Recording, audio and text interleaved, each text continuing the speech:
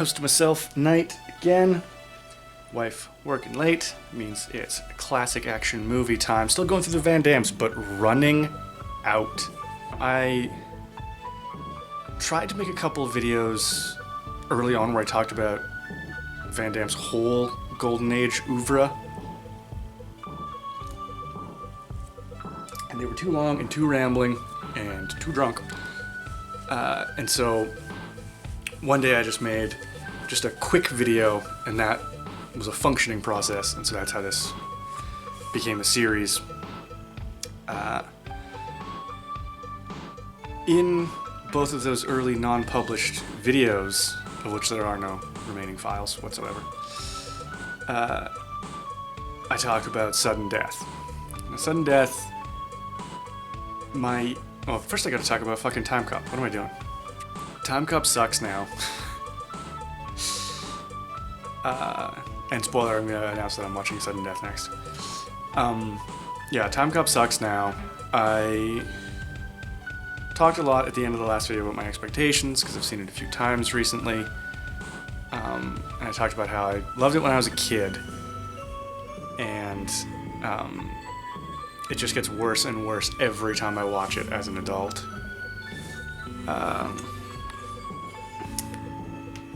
Like all the time travel stuff, and I'll try not to repeat myself. All the time travel stuff is awful and makes no sense. Time is treated like a location that you visit and return to, and then changes take effect, but what effect they take is sort of up for grabs, and who can tell that time has changed is totally up for grabs.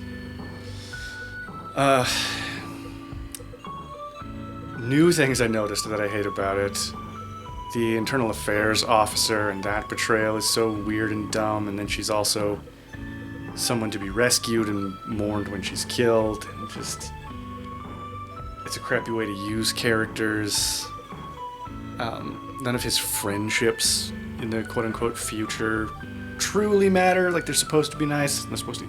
Nothing in the film gives it any heart, right? His wife gets fridged, and he doesn't build any real connections with anyone in the future that you feel like you care about.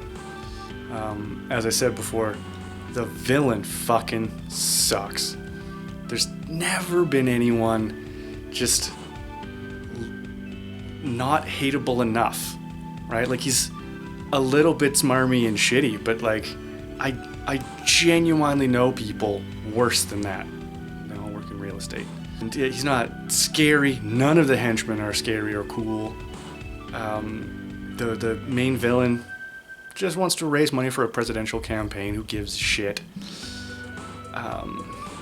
His attempts to undermine the Time Enforcement Agency don't make any sense, because the Time Enforcement Agency doesn't make any sense if they control the only time machine. And then they find the other time machine by just checking power usage data. Fucking idiotic.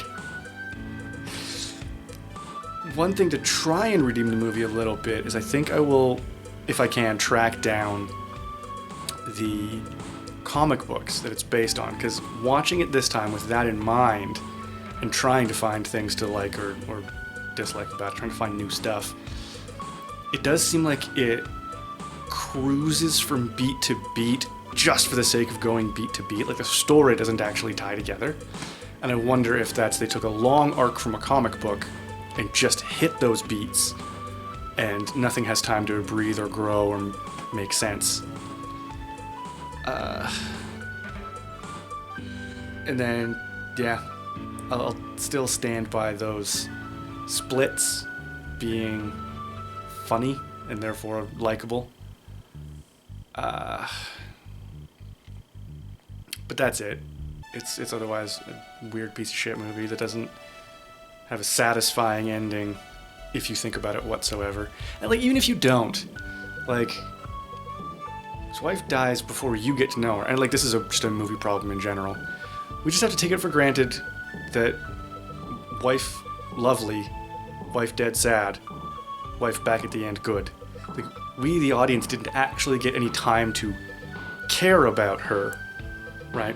Or even to really care about Van Damme.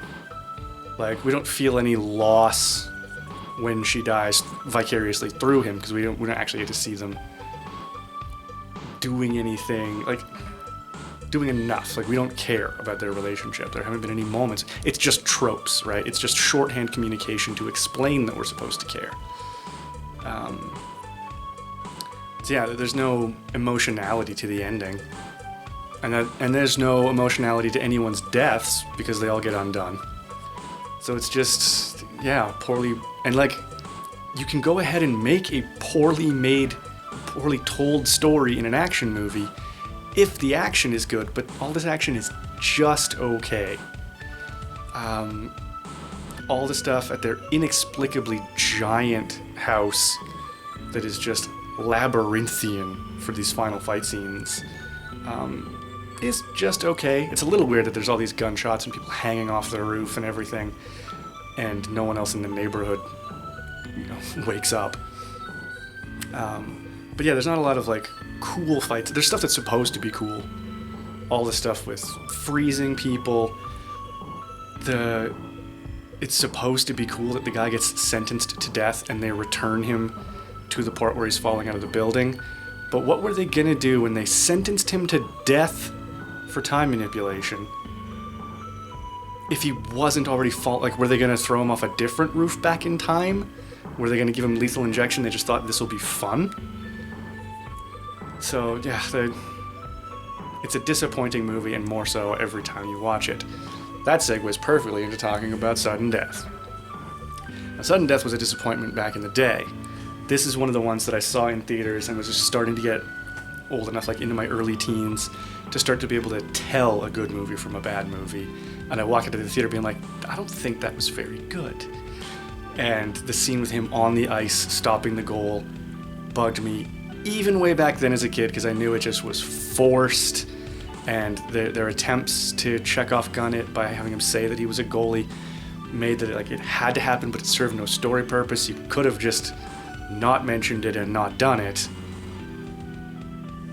Stupid. And then watching it, but I still was like, it was the hardest one to find because it's such a rare, unknown, unseen, unloved movie. Except for, I forget who it was. Someone in the YouTube space of Van Damme movies said it was their absolute favorite, which is fucking crazy to me. So I've seen Sudden Death a couple of times now since I got it, and it was the last one I got to fill out the collection. And at first it was just like, okay, it's trying so hard to be Die Hard, it doesn't even try to make sense on its own as a movie, whatever. But then I watched it a second time, so a third time I've ever seen it. I watched it and I just fucking hated it. The betrayal of the FBI agent or whoever he is makes no fucking sense. He has every opportunity to kill Van Damme and doesn't take it, just so that the twist can happen first. But then he's still doesn't take opportunities to kill him, and then he wants to gloat. Van Damme's character doesn't make any sense. He's a former firefighter who becomes a fire marshal, who is now a bomb expert and a martial artist and a goalie. The silly fight with the mascot in the kitchen is an okay fight scene, I guess, but it's very silly and dumb, and it's the first major fight scene in the movie. And then Powers Booth is awesome. I love the movie that he's in, with the guy from The Ref who says 3 times Bob. That movie's great. He's an awesome villain. He's just loving it. Even his interactions with the child actor are okay. I like the movie that he's in, and then you just need to splice in someone else doing something else in the rest of the arena.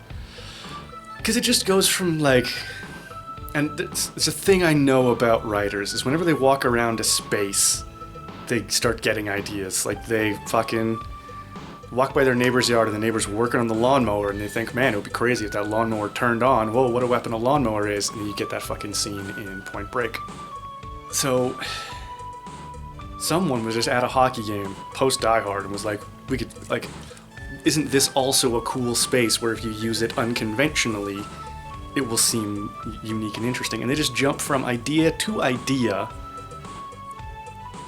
with nothing, right? Like, they force everything that happens and the locations in which it happens, and then it tries to just become an action movie with the helicopter stuff on the roof.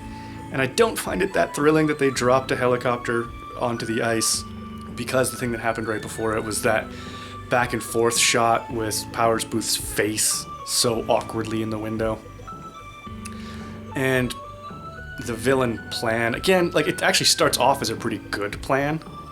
I like that the villain takes a hostage to get his guys in, rather than just like the movie excuse of like, yeah, it was an inside job. They got in because they got in. It's like, no, this is how they did it. They took a hostage, they manipulated one person, then they were in, and then it worked. But their escape plan is weird and dumb and convoluted, and the disguise thing and the helicopter thing. None of the action is any good either. Like, it's a really disappointing action movie. It's not funny, it's not fun, it's not heartwarming. It's got too much child actor in it. So, let's have 3 more beers and watch that. And then, I don't know, I'm gonna have to double check, but I think I'm like out of Van Damme movies now.